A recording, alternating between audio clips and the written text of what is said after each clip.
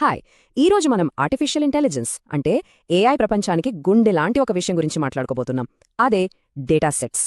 మనం ప్రతిరోజూ వింటున్నాం కదా ఈ ఏఐ గురించి. మరి అసలు దీన్ని నడిపించే శక్తి ఏంటి? దీని వెనక ఉన్న అసలు సీక్రెట్ ఫ్యూయల్ ఏమై ఉంటుంది?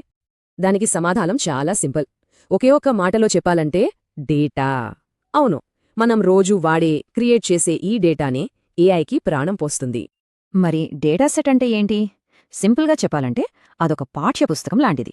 ఒక మెషిన్ లెర్నింగ్ మోడల్కి ట్రైనింగ్ ఇవ్వాలన్నా, దాని పనితీరు ఎలా ఉందో టెస్ట్ చేయాలన్నా, దానికి సంబంధించిన డేటా అంతా ఈ డేటా సెట్లోనే ఉంటుంది. మరి ఇవి ఎందుకంత ముఖ్యమంటారా?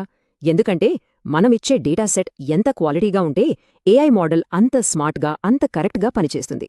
కొత్త విషయాలు నేర్చుకోవడానికి, నేర్చుకున్నది ఎంతవరకు వచ్చిందో పరీక్షించుకోవడానికి, చివరికి మనకు సహాయం చేయడానికి అన్నిటికీ ఆధారం మంచి డేటానే. అయితే ఇక్కడో విషయం ఉంది.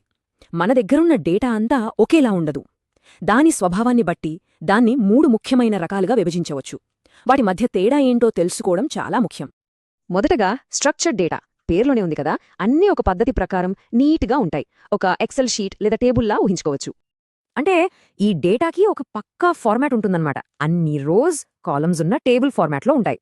ఉదాహరణకి ఒక కంపెనీ సేల్స్ రికార్డ్స్ లేదా బ్యాంక్ ట్రాన్సాక్షన్స్ లాంటివి. ఇక్కడ చూడండి, ఈ స్టూడెంట్స్ వివరాలు, పేరు, వయస్సు, మార్కులు అన్నీ ఎంత నీట్గా ఒక పద్ధతిలో ఉన్నాయో కదా. ఇది స్ట్రక్చర్డ్ డేటాకి ఒక పర్ఫెక్ట్ ఎగ్జాంపుల్.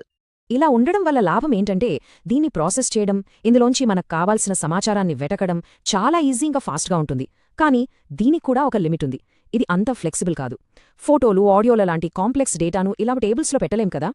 సరే, స్ట్రక్చర్డ్ డేటా తర్వాత వచ్చేది సెమీ స్ట్రక్చర్డ్ డేటా. అంటే దీనికి కొంత స్ట్రక్చర్ ఉంటుంది, కానీ ముందు చూసినంత పక్కాగా కాదు. ఇది పక్కాగా టేబుల్లా ఉండదు, కానీ డేటాని ఆర్గనైజ్ చేయడానికి కొన్ని ట్యాగ్స్ లేదా కీస్ వాడుతుంది. ఇవి ఒక రకంగా లేబుల్స్ లాంటివి అన్నమాట. ఆ డేటా ఏంటి, దేనికి సంబంధించింది అని చెబుతాయి. ఇదిగో ఇక్కడ కనిపిస్తున్న జేసన్ ఫార్మాట్ ఒక మంచి ఉదాహరణ. ఇక్కడ పేరు, వయస్సు లాంటి కీస్ వాటికి సంబంధించిన విలువలను జతగా చూపిస్తున్నాయి. ఇది టేబుల్ కాదు, కానీ దీనికి కూడా ఒక స్ట్రక్చర్ ఉంది. వెబ్లో డేటా మార్చుకోవడానికి దీన్ని చాలా ఎక్కువగా వాడతారు. దీనివల్ల పెద్ద ప్లస్ పాయింట్ ఏంటంటే ఇది చాలా ఫ్లెక్సిబుల్. వెబ్సైట్స్, యాప్స్ మధ్య డేటా మార్పిడికి బాగా పనికొస్తుంది. కానీ మైనస్ ఏంటంటే ఇందులోంచి సమాచారం తీయడం, స్ట్రక్చర్డ్ డేటా అంత ఈజీ కాదు, కొంచెం కాంప్లెక్స్గా ఉంటుంది. ఇక చివరిది అన్స్ట్రక్చర్డ్ డేటా. దీన్నే ది కేయాస్ అని కూడా అనొచ్చు. ఎందుకంటే దీనికి ఒక పద్ధతి, పాడు ఉండదు. ఇంటర్నెట్లో మనం చూసే 80% డేటా ఇదే. అవును, దీనికి ఎలాంటి ఫార్మాట్ ఉండదు, ఏ స్ట్రక్చర్ ఉండదు. అందుకే మెషీన్స్కి దీన్ని డైరెక్ట్గా అర్థం చేసుకోవడం చాలా కష్టం. మనం రోజు పంపే వాట్సాప్ మెసేజ్లు, ఈమెయిల్స్, సోషల్ మీడియాలో పెట్టే ఫోటోలు, వీడియోలు, మనం వినే ఆడియో ఫైల్స్ ఇవన్నీ అన్స్ట్రక్చర్డ్ డేటానే. ఈ డేటాలో బోలెడంత విలువైన సమాచారం ఉంటుంది. కానీ అసలు సమస్య దీన్ని ఎనలైజ్ చెయ్యడమే. ముందుగా దీనిని ఎనలైజ్ చేయడానికి, వీలుగా మార్చడానికి, అంటే ప్రీ ప్రాసెస్ చేయడానికి చాలా కష్టపడాలి. ఓకే, ఇప్పటిదాకా చూసిన ఈ మూడింటిని ఒక్కసారి క్విక్గా పోల్చి చూద్దాం. అప్పుడు తేడా ఇంకా బాగా అర్థమవుతుంది. స్ట్రక్చర్డ్ డేటా అంటే టేబుల్స్, అనలైజ్ చేయడం చాలా ఈజీ. సెమీ స్ట్రక్చర్డ్ డేటాలో ఉంటాయి ట్యాగ్స్, ఎనాలిసిస్ మోడరేట్గా ఉంటుంది.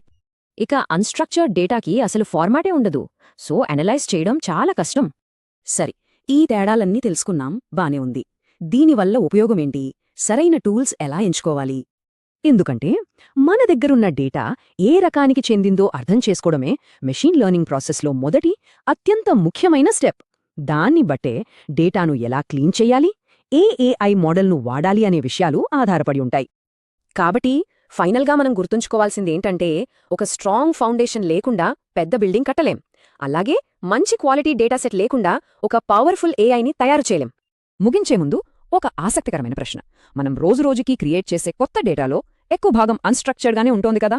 మరి ఈ అపారమైన సమాచారాన్ని పూర్తిగా అర్థం చేసుకుని మన ప్రపంచాన్ని మరింత లోతుగా తెలుసుకోవాలంటే ఈ మెషీన్స్ భవిష్యత్తులో ఇంకా ఎలా మారాలి,